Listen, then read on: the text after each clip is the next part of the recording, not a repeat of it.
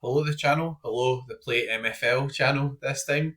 Welcome back everyone. I've not really done much content on Play MFL recently, but thought now would be a good time. It's the mid-season break. By the time this video goes out, during the transfer window, the packs and everything will probably be gone. But I'm not participating in that myself, but I'm going to explain what I've been doing, where we are with things, bit of an update. And then we'll sort of go from there. Was intending on maybe streaming some games from time to time. The main reason I'm not is just complete and utter technical incompetence. So yeah, I'm not John Nellis. I don't cook pizzas at stadiums. I'm not Quinny, who actually knows how to use a computer in Streamlabs and stuff. But there we go. So I'm sorry I've not been able to get any content out on that, but I have been trying to post updates after all the games and everything. So what we're going to do is have a quick look through how the teams have been doing so far this season, some moves in the window, some chat about progression, and basically why I bought some of the players that I picked up. So first and foremost, best place to start is the Celtic boys. Let's make some noise for the boys. Always a good place to start for me, close to my own heart. As you can see, Celtic shirts up in the background. Actually, one of my favourite bits about Play MFL is the fact that you can sort of brand your own club and all that sort of stuff as well. So it gives you a bit of a personal connection. So Celtic boys play out of Scotland and Glasgow. It's magic. So in terms of the league, we're sitting pretty well here. I mean, 8 wins, two losses. One of the losses was to Medical Sporting Club, who gave us a bit of a doing, to be honest, at home, playing a similar formation, but there we go. Still riding quite high there. So I'm pretty pleased about that overall, to be honest. I think mainly for the boys, the sort of progression and getting game time and everything was more of the actual aim. But if we could get a promotion, get a bit of MFL in, etc., then that would be great. In terms of the Aspirants Cup, actually been doing quite well here as well. So ended up top in the group, 4 wins. You do get paid some MFL per win now this season, so it's a very low down cup this, but it's still 230, so it's still 1,000 extra MFL. That all adds to the overall balance, obviously. 4 wins, 2 losses, and top the group, so I'm pretty pleased with that. A few of the guys have sort of progressed, which we'll look at in a wee minute, and we can have a good go hopefully at the cup as well. Having a look at the squads probably in next protocol, and then we'll go from there. So this is the overview of performance and everything. I'm going to sort this into just position at the moment. So see, you do get a lot of stats on MFL, obviously, in terms of how guys are doing. Average rating, this is the amount of minutes played. I got a few guys who haven't had like sort of brilliant sort of minutes, but mostly been able to get games for everyone overall. In terms of the full season, I'm going to go for current season here. I've had some pretty decent progression from some of the guys too. So Starboy here, Eden Alencar. It should be Starboy because I did play a fair whack for him. I think it was $100 something, $108, yeah. So pretty expensive. But yeah, he's only 17 still. He came into the game at 16. So already showing some good signs of progression before I picked him up. And then he's sort of kept going and everything just now as well. So not the fastest, but 77 for defending at 17 is pretty good. Pretty good physicals, and he's showing some signs of progress, which is great. Next guy I want to look at is Eduardo Catania. This guy is just a maniac, honestly. So the story behind this guy is when I started, got my very first team in, got my very first sort of welcome pack. He came out. I was just playing in the sort of Redemption Cup or whatever at that point. I was kind of thinking about selling him. I thought I need to get some players in, so I was playing him just now. He went up a +3 in the first season. I thought that's actually pretty good, so it's definitely worth sort of keeping around. So if you look at his progression, he came in, he was quite useless. So he was a 53. You'll see he went up the couple there in the first season, so a couple of rises there, pretty much in half a season.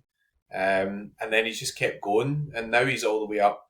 He's in a 64, which is one away from being a sort of green card, which is fairly useful. He's only 23 as well, so you'll see his dribbling's up to 79, which is pretty good. He can play a bit of left wing back, so if you play him there, that's pretty decent. His pace went up a lot. His passing's not so good, but his defending's improved, and his physical's all really good as well. So you've got these sort of graphs here, and you can see if you want to, you can just check what the overall progression is for each stat. So physicals went from like 58 or something up to like 75. His dribbling was already pretty good, so a good increase there, but not the sort of biggest increase. His pace, I'm sure, has went up a lot. I mean, he was a 56, and now he's up to a 69, so that's quite a big increase there in pace as well. So I'm really pleased with that, to be honest. Definitely a guy who's going to be like maybe like a sort of club legend, just sort of stick around, unless he goes completely bananas and he manages to progress to one of the other clubs. We'll see. The other guys still a bit pretty good progression overall, just at plus ones and everything here. But loads of individual stats that went up for plus twos and everything as well, which is pretty good. And the boys are obviously flying high. We're going to go to Moretti next because we're going to work through teams just in the order of the divisions and everything that they're in. That's probably the easiest way to do it. Moretti are also flying high, 8 wins, 1 draw and 1 loss in the league, on top of the league, which is really, really good. Quite a lot of exciting young players here, which obviously we'll come back to in a wee minute as well. Cup-wise, it was also a success. It was a bit of squeaky bum time near the end of the cup, which I'll explain. So, getting into the last game, 2 wins, 3 draws and 1 loss, but it was a must-win in the last game. A draw would have basically guaranteed third, which wouldn't have been good enough. So managed to get through, 2 wins, but extra MFL there as well. Gives us a chance. Now this is a higher tier of the Rivals Cup, so 550 for a group stage win. It's 16,500 MFL for winning, so that's pretty chunky, to be honest. It's definitely worth playing for. There's no two ways about that. So in terms of overview of the team, we've got a few really good performers in here as well, just sorted to position first and foremost. Quite a good mix in terms of getting minutes for guys here. So he says a lot of good ratings and a lot of good minutes. So I've been rotating quite a lot, which has been quite important. I mean, obviously, if you're playing with the boys and Moretti and it's like younger guys, you want to give guys games because that and the training is what aids progression. So looking at the current season overall, we've got another couple of plus threes in here and some real sort of interesting characters in here too. So firstly, Manuel Fields, he's definitely swapped, as I said on X, he's definitely swapped the beer for the spaghetti. I mean, look, he'd already went up and through that sort of barrier of sort of uncommon to rare, which takes a wee bit longer, just to protect the upper scarcities and things. So that makes sense.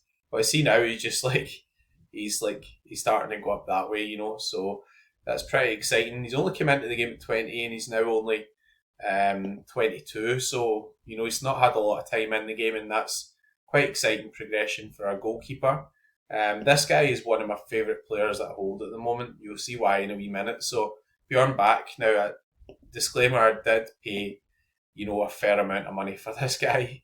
The guy bought him for $15. He sold it to me for $100. So you're thinking, McBride, you're a madman. There's definitely elements to that, right? I'm a madman, but look at his stats. So 87 pace, 82 dribbling. His shooting's going up quite a lot, 82 passing, and he's one of the best progressors in the gallery. So I've just left it on his overall graph. I mean, this guy came into the game at 19 as a 63, and now he's a 77.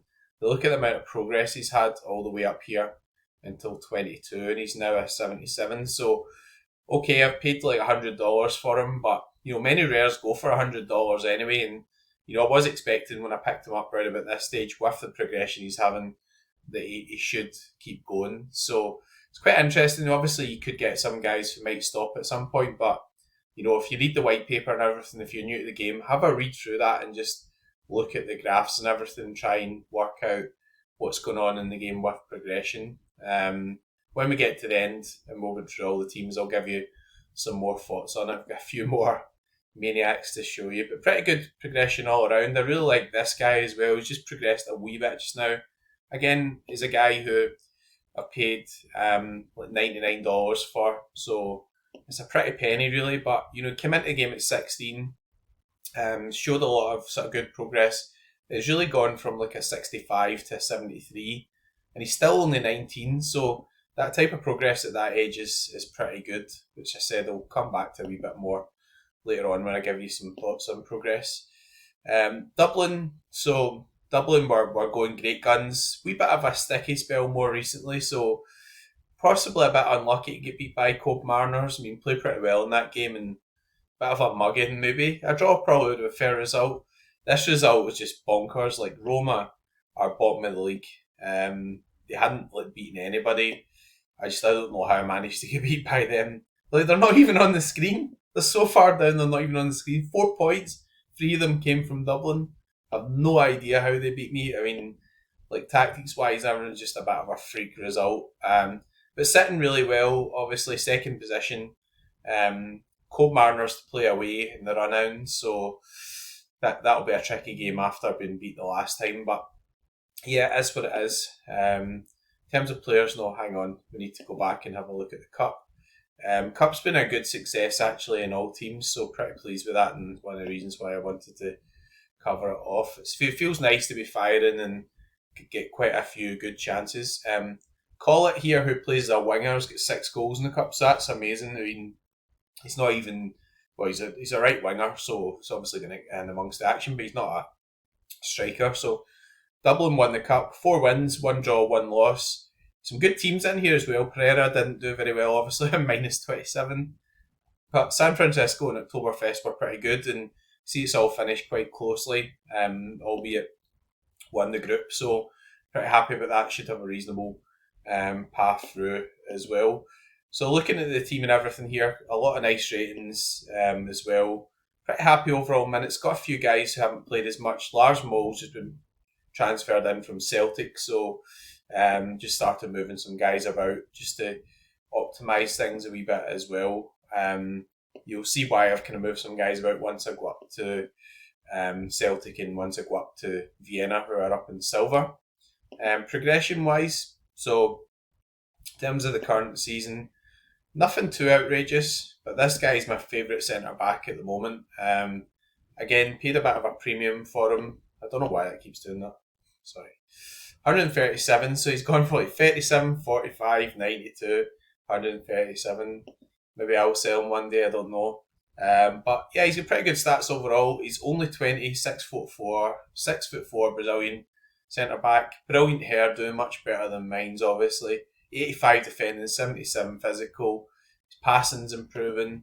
Look at the progress though he's had prior to 20. So he came into the game as a 72. So he's a +8 overall, which is quite encouraging at that age. You would hope that he can go on a bit more and maybe even become a legendary player. So he's an 80, but looks as if he's got a bit more progress in him.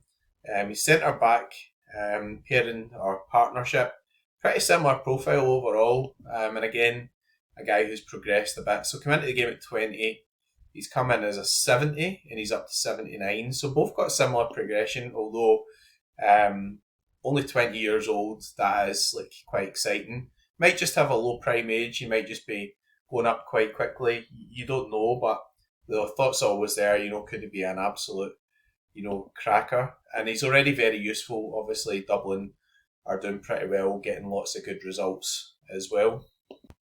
On to Celtic Glasgow. I don't know why I didn't just call it Glasgow Celtic, probably just scared of the licensing or whatever, but Celtic Glasgow. Again, second at the moment. I'm pretty pleased with this because Celtic have lost 4 games, so a bit of a bad start, some sort of freak results. At one point, I think it was about 9-10 points behind Neza York, so it's nice to see Neza lose a few games. I think it's Big Wilbert who runs Neza, so I don't, nothing personal, I just want to win, just want to win. So in good position, could that still go up? So that's all to play for.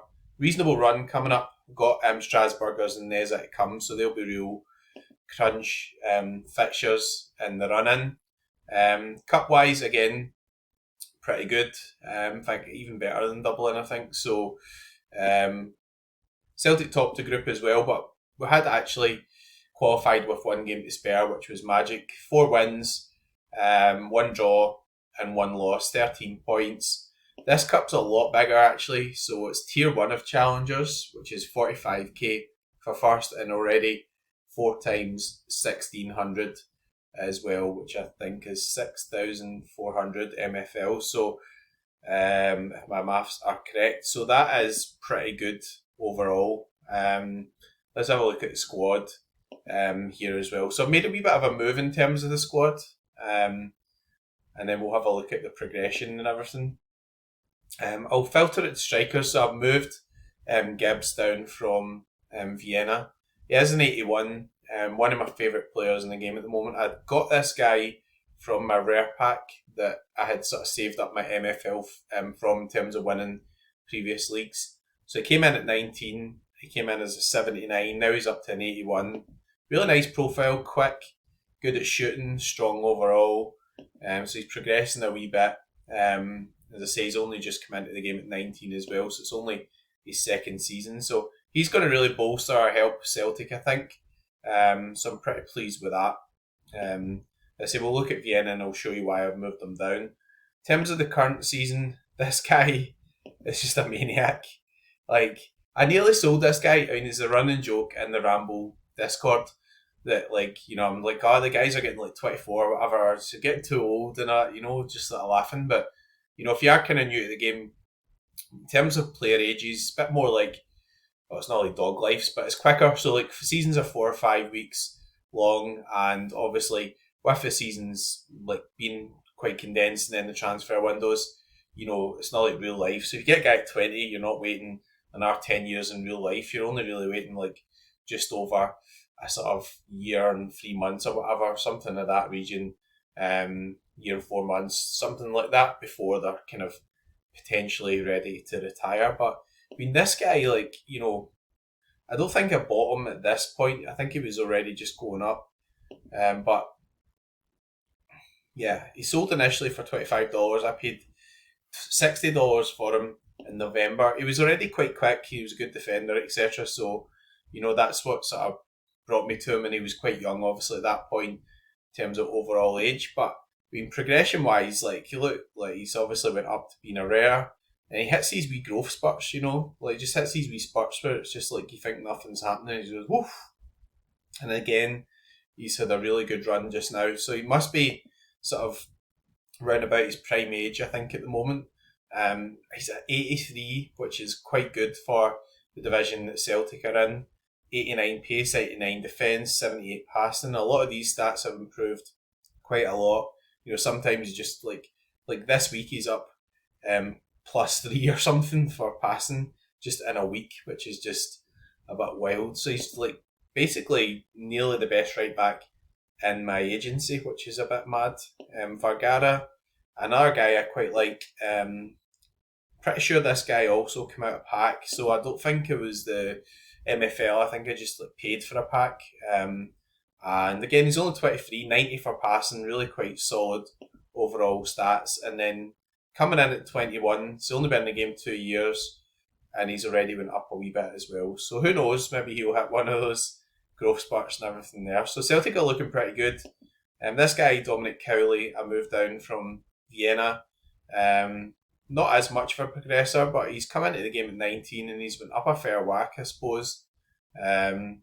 And he's got some nice stats: 88 pace, 84 dribbling, 79 passing. Can play right mid or right wing, which is quite attractive because, you know, it lets you be a bit more versatile with formation. So quite excited about the end of the season for Celtic. Celtic's kind of what I would say are my sort of second team, but Dublin's been sort of disputing that for the whole season, doing pretty well. Finally, we come to O Vienna. So, you know, this is in the silver division, and I have to say, silver is hard.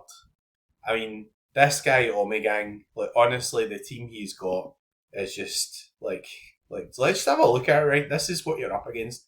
Bear in mind the maximum ratings. The maximum ratings are like 99. So his Cam has a 99 for dribbling. His forward is a 96 for shooting, and his other forward is a 98 for shooting, and then he's got like 90s and everything all about, and I pressed the wrong button there. So he's got like 90 left back. It's just a mental team. So yeah, I was kind of hoping maybe I'd scrape some sort of result there, but get absolutely hammered, and deservedly so. I mean, he's been kind of hammering everybody, so it's what it is. I mean, goal difference wise, he's got plus 27. Lima 11 are a really, really good team as well. I'm doing pretty well to be above them, if I'm honest. They also beat me. Got them coming up again soon, which will be a very, very tough game. Black, MFC are a good team. Joseph Cabby. I mean, there's just loads of good sort of teams in here. Let's have a look at the cup as well. And it's a full house in terms of the cup. I'm really, really happy with this because last season I didn't do well in the cup at all. Like, again, if you're kind of new to how the cup's divided up, what happens is all the teams are put into similar tiers as other teams. So, like, I don't play against a guy who's just come into the new Spark division or whatever because that'd be wild. They would just get hammered or whatever. So it's all segregated into mini cups. So Vienna went through. I did need a draw against Sake Bombers in the last game, and I played a bit more cautious, and it played out as a draw. Although I think from Dane's point of view, he probably felt as if he scored a few goals. He did get some chances, but I kind of played deliberately a bit more cautious, which drew them on a bit. But yeah, I'm absolutely delighted about that as well. Only one win and 5 draws, but undefeated. In terms of MFL, huge, 85,000 and 2,900 for that first win, which I don't think is too bad at all. Positions wise, so in terms of on here, a couple of good goalkeepers. The guys are all getting relatively good minutes. Backup goalkeeper, maybe not so much. This is a really top team overall, you know. And we've got a new arrival here who I'll talk about in a wee minute. So I've got 3 quite good strikers here. Loads of 84s. I want to highlight somebody here. I really need to edit these videos actually because that's just stupid putting stuff like that, but I just don't have the time. So anyway, this guy's the crown jewel of the whole agency. Like, so he was a fair price, $290 in December, but 81 pace, 81 dribbling, 85 defence, 92 passing. Progress wise, he's went up from like being an 81 to an 84. So it looks as if he can become a legendary. I was looking at his stats earlier, and he's got like 85 goal contributions in 190 games. So it's mainly assists because he can't shoot, which is fair enough. He's left back, but he's on all the sets and everything, and he's averaging an assist every 2 games, which is really like quite good for a left back. So let's look at the progression and everything here, see if there's anything that sticks out. And there he is. There he is. So Madi Hosseini. So I done something a bit bonkers here and just like broke my rule about how old I was going to buy a player. I mean, he's 26, but look at how good he is. 94 for pace, 84 shooting, 83 dribbling, 70 for passing. The guy who sold him has done very well. So Mendes paid $36 and I paid him $350.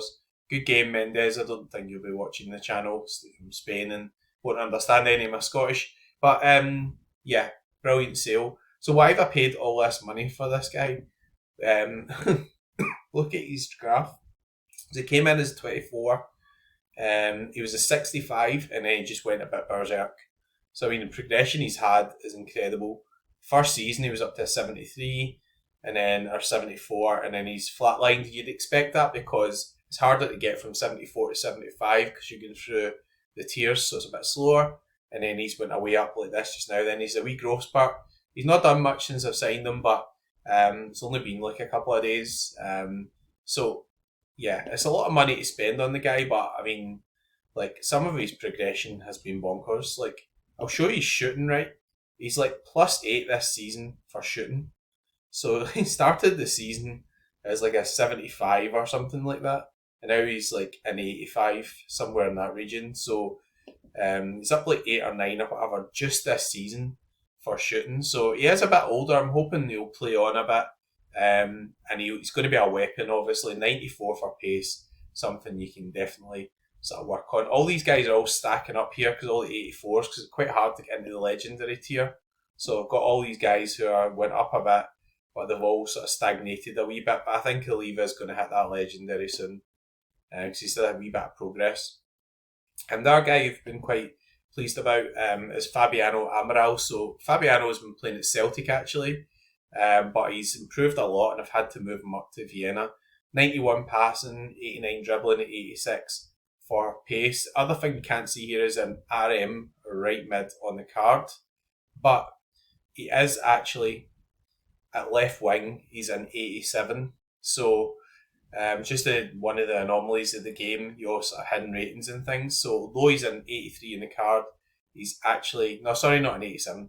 He's an 85 in left wing. I've been captaining him, so as you get extra to. So he's an 85. So he really is a kind of legendary because he plays an 85 left wing.